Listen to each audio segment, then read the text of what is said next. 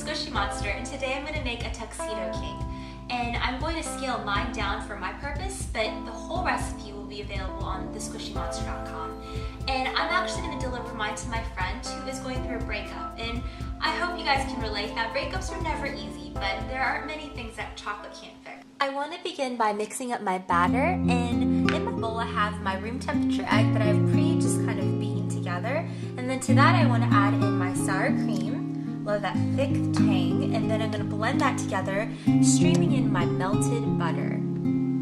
After that's mixed together and it's really thick pale yellow, it's really pretty already, I want to start tipping in my chocolate sauce, which is just some hot water, some sugar, and some cocoa. And I got a really good question the other day about what kind of cocoa I should be using when you bake, and it's unsweetened cocoa powder. And on my blog, thesquishymonster.com, I'll show you the difference in colors between quality cocoa and a less expensive cocoa. And that's mixed in also with a little burst of espresso, and that's really going to enhance that deep dark chocolate flavor.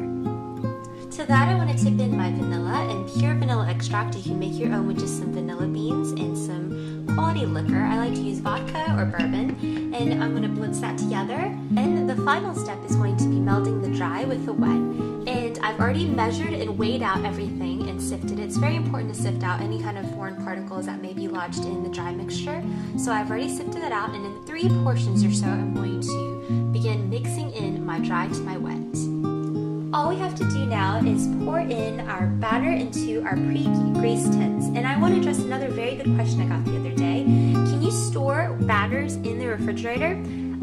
You can if you desire a flat cake. So what happens is that when the dry and the wet get together, there's a chemical reaction that occurs. So for example, the baking powder begins to be activated. So if you must, you can separate the two and have the wet ingredients in one bowl and dry ingredients in another bowl, and store it in the refrigerator until you need it, and then let it all reach room temperature and then put it together and bake it off if you're in a rush or something like that. But so all we have to do is pour it into the tins, and you can pre-measure them, or you can weigh them out with a digital scale just to ensure accuracy that each cake will be level. So while my cakes are baking, I can start on my ganache.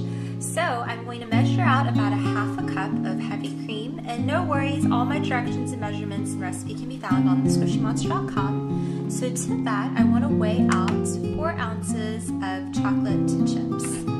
So let's spoon that in there. And then I want to tip in just a little bit of vanilla, just like that, and some salt. And you can use kosher salt if you'd like. I like using fine salt whenever I bake or make any sweets, just like that. And you can utilize the double boiler method, or you can just zap the whole thing and do the lazy method in the microwave. That means we can also work on our whipped cream frosting. So I have some cold whipping cream or heavy cream, and I'm going to whip that together with my whisk attachment with a little bit of sifted powdered sugar, and it only counts if you sift it before you measure it.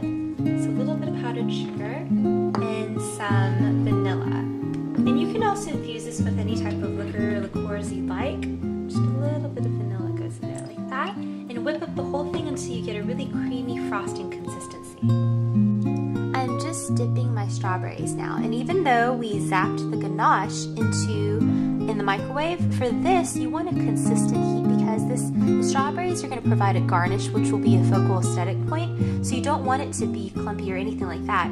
It is going to be crowning the cake. So I have just melted and chopped a good quality chocolate bar, and I set it in a double boiler so it provides consistent heat.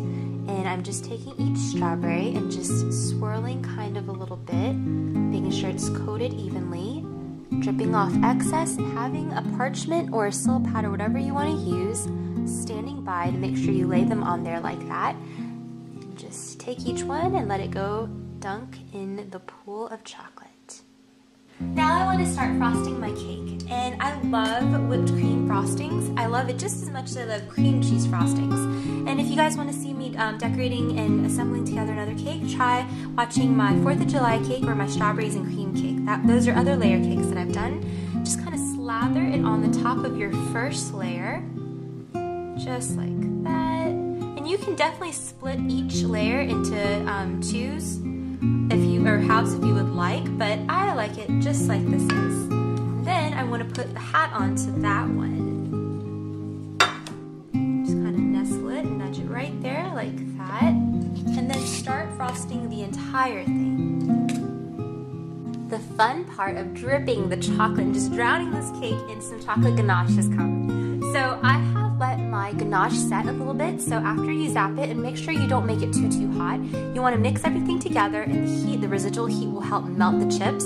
And you want to set it aside or pop it into the refrigerator until it's a really thick consistency. And you want to slowly just pour it on top.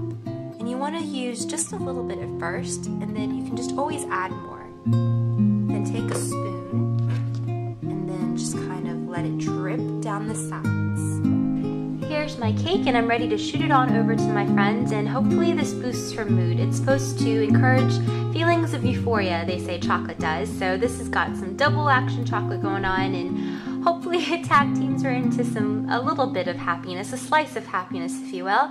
I hope you guys enjoyed this tutorial, and thank you so much for hanging out with me. This is the Squishy Monster, and I'll see you guys soon. Bye!